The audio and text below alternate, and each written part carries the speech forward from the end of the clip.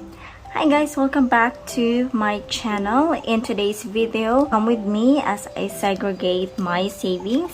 All you know that I have already the savings here na talagang kinompile. Kinocompile ko siya dito sa ating envelope na to. And then by the end of the day, we will be segregating them to our sinking funds binder. Now, for your guidelines, this is what it looks like for our savings goal. So, bilangin ko muna itong savings natin ha. So, I have 1, 2, 3, 4, 5, 6, 7, 8, 9, 9,800.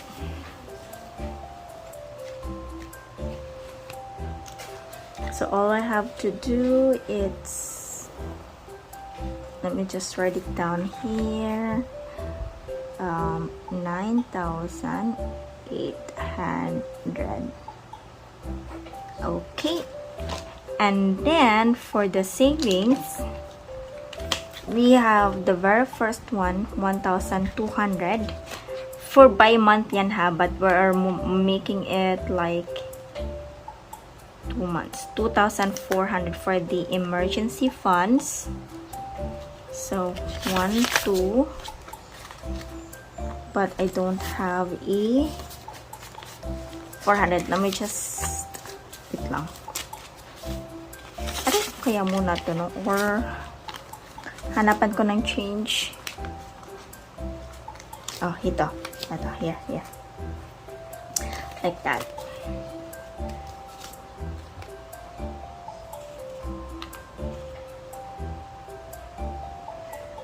I am really so sleepy, and if you notice, sobrang lamya ko. Hindi ako masyadong makapagsalita or makapag-share kasi yung utak ko hindi talaga siya tumatakbo, guys.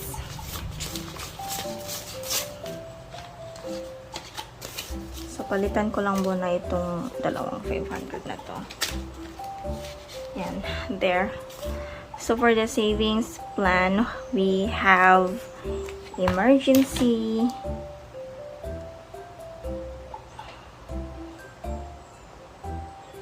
which is 2,400 per month. Sinking funds,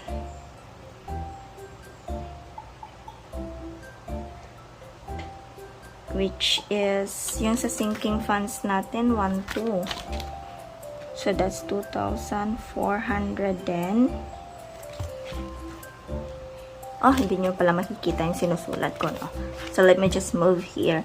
Then, we have insurance and then investment.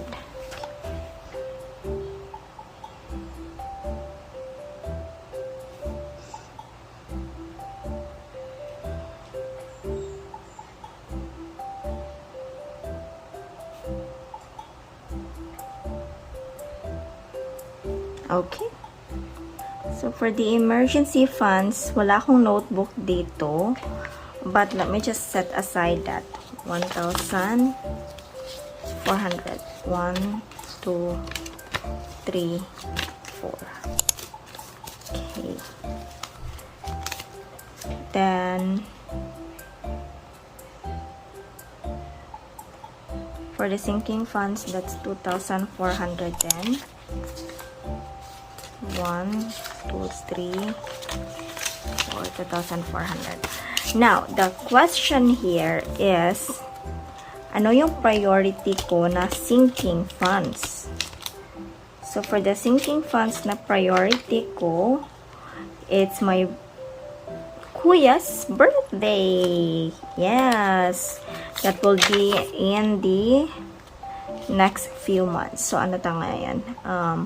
4, 16, 23. So, plus tayo dito ng 2,000.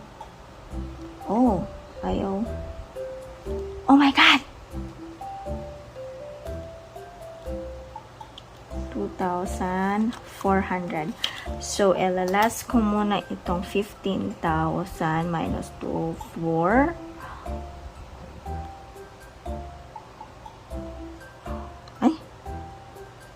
Wait. So, 15,000 minus 2, sorry, 15,000 minus 2, 4. 12,600 na lang yung kulang ko.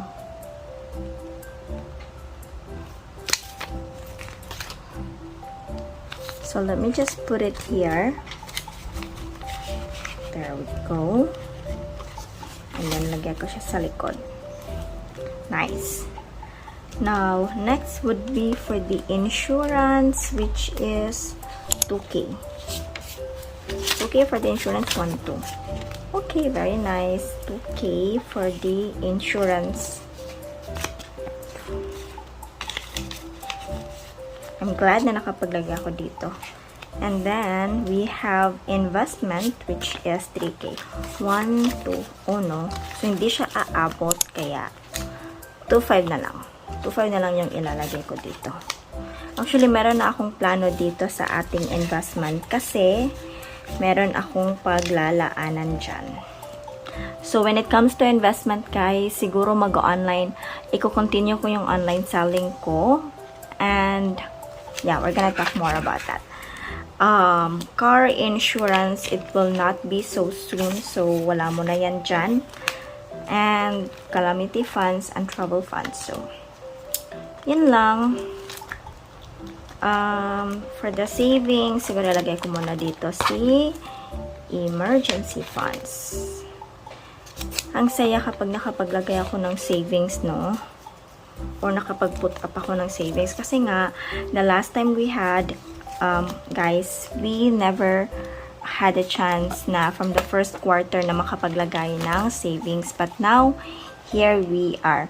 Although, hindi siya magiging consistent na exact amount, but as long as kinaya natin nalagyan, diba? Or, talagang eager tayong lagyan yung ating savings goal. So, lagay ko muna dito kasi i-deposit ko siya sa aking bangko. There we go. Okay, so I think that's it for today's, guys. I hope na nakapag-idea na naman kayo or you've got know kung paano ko wino-work ang ating savings goal. So,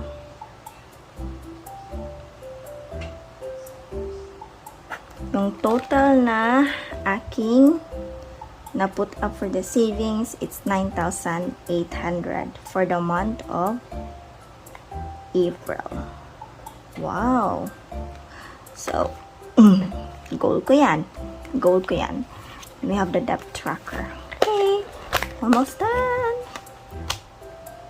So, yun lang, guys. Thank you so much for watching. Hit like, subscribe to my channel to see more of my financial journey. Thank you. I'll see you. Bye-bye.